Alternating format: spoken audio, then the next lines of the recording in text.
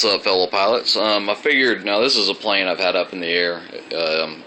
You guys that are subscribed to me have probably seen me fly it. This is the X-22. It's the prototype of the F-22 and the F-35 when they were kind of trying to figure out the bugs and go all that kind of stuff. So this is actually a scale plane. Now, semi-scale. Now what I'm doing is I've just basically primered it up. I'm going to be camoing it up and right now I'm installing hinges. And I will be putting an RC Lander 70mm thrust vectoring system on the back. So this will be full thrust vector, 360 degrees. But what I thought I'd do is do something I haven't done in a long time, which is actually get a pretty cool plane, and just show you some little tricks and stuff that I've done for years back when I used to build balsa and stuff like that. So whenever I go with thrust vectoring and I'm going to really just soup up the fan, right now we have got a get the light on here. We've got a 70mm wings maker fan in there with the 4S turbo outrunner. I'm going to be switching that out for a E-Flight Delta V 15 with the 3600 kV in-runner. So we'll be switching that out to get a little bit more power for it. But what I'm doing now is the hinges, so I was going to show you guys how I do my hinges. Now I'm just using Dubro nylon hinges. And I've already made my slots for it in my wing, just dead center.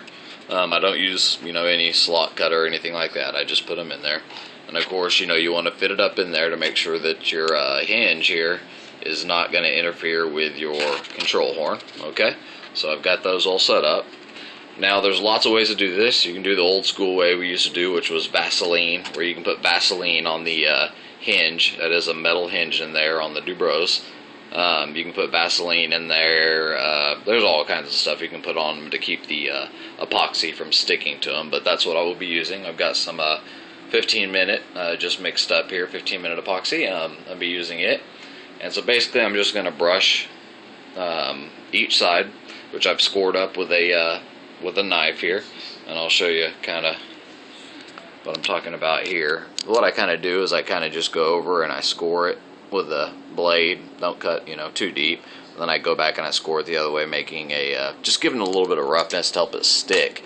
Now later on, after it dries, I will drill a very, very small hole down through the wing and through the hinge and insert a very small toothpick and epoxy it in and trim it off at both ends, and that will make sure that this thing will never come out. So right now all I did was I got painter's tape, got a razor blade, cut a slit in the middle, slid it up into the hinges so it can't get into any of the hinge creases, and then I'll go ahead and throw the epoxy on there, go ahead and set it in there, and square it off, and go ahead and let it set up before I do actually put the ailerons on there. So I kind of do it in a separate way just to make sure everything stays like it should. So that's what we're doing right now. So that's a step I'll kind of leave off on with this one. I'll probably combine these videos. So, but after that, we'll be going in here. One of my next steps, obviously, is to put in the elevators. Okay, which you see here. Full moving elevators, and I've still got a little bit of work to do on those to clean those up. And this one here is a real tight hinge fit, but I wanted to have to have two in there, so I got them in there good. And then we will be completely chopping off and removing from this line back this whole thrust tube here, putting it aside, and installing the RC Lander thrust tube. Now this is a full powerhouse ready to go. If I open it up for you guys and show you.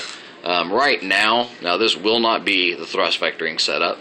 But right now I'm running an actual, believe it or not, an Exceed Proton 40 amp speed control. I am running up here up front an Align Ubic. It's a 5 volt or 6 volt switchable by an actual switch that runs my entire system, including my receiver, servos, all that stuff. So if anything were to ever happen to my speed control, I don't lose the whole plane. I've got a chance of gliding her down. So, but most all of this will be replaced. I think I've got an AR600 in there, which I do not fly with Spectrum receivers. That's actually an AR6210X in there. I'll be taking that out. I only fly with orange receivers from Hobby King now. I've never had a failure on those, so you guys know I like those if you've checked out some of my videos. So all of this will change up, but she's been flown her many times. It's an awesome flyer, and even the way it sits, it can just skid around a corner. So I mean, thrust vectoring is just going to just add to this plane. So I'm going to get to going on the hinges for my epoxy sets up, and then we'll pick up on the next step after that. Since she's already built, this will just be kind of the fun stuff and getting her put together and then getting her out to the field. Alright guys.